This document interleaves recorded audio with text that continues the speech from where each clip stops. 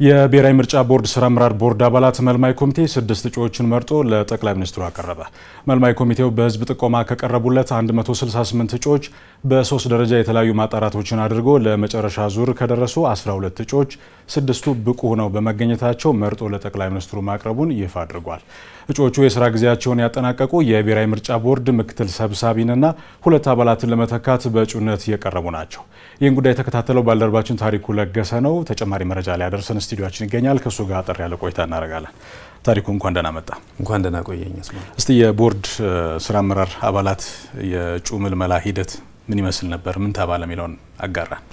መልካም ነው። ቀደም ሲል እንዳነሳው በተለይም የኢትዮጵያ ብሔራዊ ምርጫ ቦርድ በማቋቋሚያ አዋጅ ቁጥር 1133 2011 አንቀጽ 5 ንዑስ አንቀጽ 1 መሰረት እንግዲህ የመልማይ ኮሚቴ እንዲቋቋም ያዛልና በዚያ መሰረት መጋቢት 17 ጠቅላይ ሚኒስትር አብይ አህመድ እንግዲህ የመልማይ ኮሚቴ እንደዚሁ እንዲመሰረት መወሰናቸው ይታወቃል።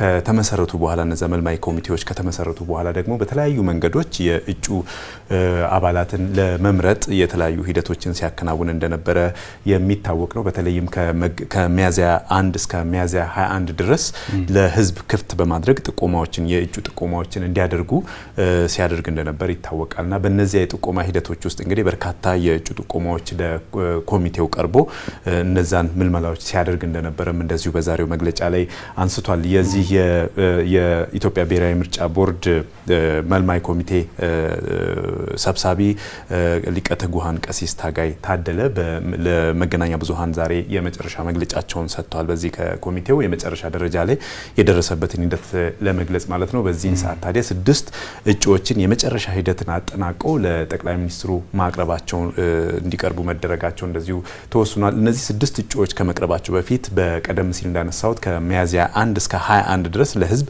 ክፍት በተደረገው የጥቆማ ሂደት ውስጥ ከ1000 በላይ ጥቆማዎች ደርሰውት እንደነበረ ለኮሚቴው አንስቷል። ይሁንና እነዛ 1000 ጥቆማዎች ግን ድግግሞሽ የነበሩበት ከመሆኑ ጋር ተያይዘው እነዛን ድግግሞሽ የማጥራት ስራዎችንም ሲያከናውን መቆየቱን እንደዚሁ ተገልጿል። ከዚያ የማጥራት ሂደቶች ከተከናወኑ በኋላ ሰብሰብ ተደርገው ወደ 168 እጩዎች እንዲቀሩ የተደረገበትም ሂደት እንደነበር እንደዚሁ በመግለጫው ተመላክቷል። እነዛን 168 እጩዎች የቀሩ 168 እጩዎች ደግሞ በቀጣይ በተለይም የምርጫ ቦርድ ምክትል ሰብሳቢና 2 አባላትን ሊተኩ የሚችሉ በተለያዩ መስፈርቶችም ሙሉ የሆኑ ብቁ የሆኑ እጩዎችን ለመምረጥ የተለያዩ ሂደቶችን ሲያከናውን መቆየቱም እንደዚሁ የኮሚቴው እንደዚሁ አስተዋውቋል። በዚያ ሂደትም እንግዲህ የተለያዩ መስፈርቶች ተዘጋጅተውላቸው በዚያ መስፈርት ሂደት የቀሩትን ወደ 12 እጩዎች ቀርበው ከነዛ ውስጥ ነው እንግዲህ 6 ሊመረጡ የቻሉት ብሏል። እስቲ በመግለጫው ወቅት የተነሳውን ሐሳብ ተከታትለን እንመለስ።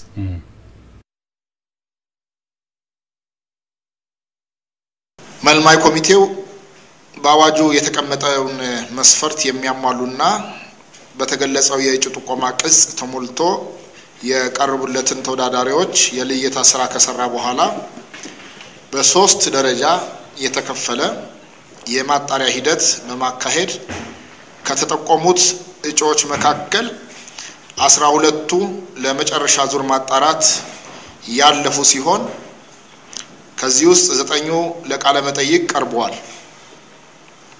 ከነዚህ 9 ምልምሎች ወይንም እጩዎች 6ቱ እጩዎችን ለመለየት መልማይ ኮሚቴው ቃለ መጠይቅ በማዘጋጀት የትምህርት ማስረጃውንና የሥራ ልምዳቸውን የሚገልጽ ማስረጃ እንዲያቀርቡና እንዲያብራሩ አድርጓል።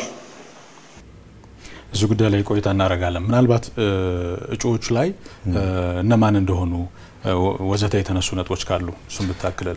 እንግዲህ የመልማይ ኮሚቴው ካደረጋቸው የማጣራት ሂደት አንዱ የትምህርት ማስረጃ እንዲሁም ደግሞ ያላቸው ለህዝብ ተአማኒ መሆናቸውን እንዲሁም ደግሞ በምርጫ ሂደቶች ውስጥ የሚያደርጓቸው ተሳትፎና በሚያከናውኑበት ጊዜ ለህዝቡ በፍትሃዊነት ተአማን በመሆን የአገልግሎት ይሰጣሉ ወይ በሚሉ የተለያዩ ሂደቶች 3 ደረጃዎች ተዘጋጅተዋል ነው ያለው ኮሚቴው። እነዚህ 3 ደረጃዎች እነዚህ 3 መስፈርቶችን ከተመለከተ በኋላ ካቀረቡት 12 እንግዲህ 6 እጩዎች እንዲቀሩ ተደርጓል። እነዚህ 6 እጩዎች ደግሞ ባላቸው ልምድ በስራ ልምድ ባላቸው የትምህርት ደረጃ በተለያዩ መስፈርቶች ብቁ ሆነው ኮሚቴው ማግኘቱንም እንደዚሁ አንስተዋል። ስለዚህ እነዚህን 6 እጩዎችን ደግሞ በመጨረሻም ኮሚቴው የተለያዩ ማጣራቶችን ካደረገ በኋላ ለጠቅላይ ሚኒስትሩ እንደመሩም እንደዚሁ አንስተዋል ኮሚቴው።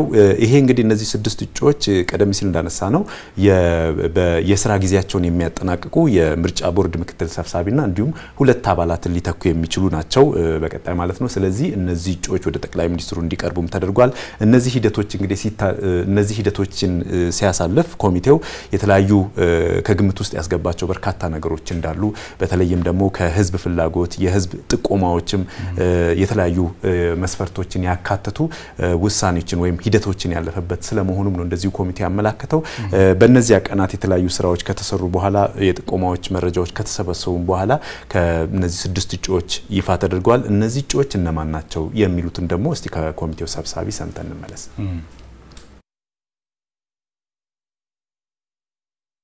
የተቀመጠውን መስፈርት የሚያሟሉ ዕውቀትና ልምዳቸውን በሀገራችን ነፃ ፍትሃዊ ተአማኒነት ያለው ምርጫ እንዲካሄድ የብሔራዊ ምርጫ ቦርድ አባላት ሆነው ቢሾሙ ነፃ ገለልተኛ ሆነው ሊያስተባብሩና ሊመሩ ይችላሉ በማለት ያመጡት ውጤት መሰረት አንደኛ አቶ ተስፋዬ ነዋይ፣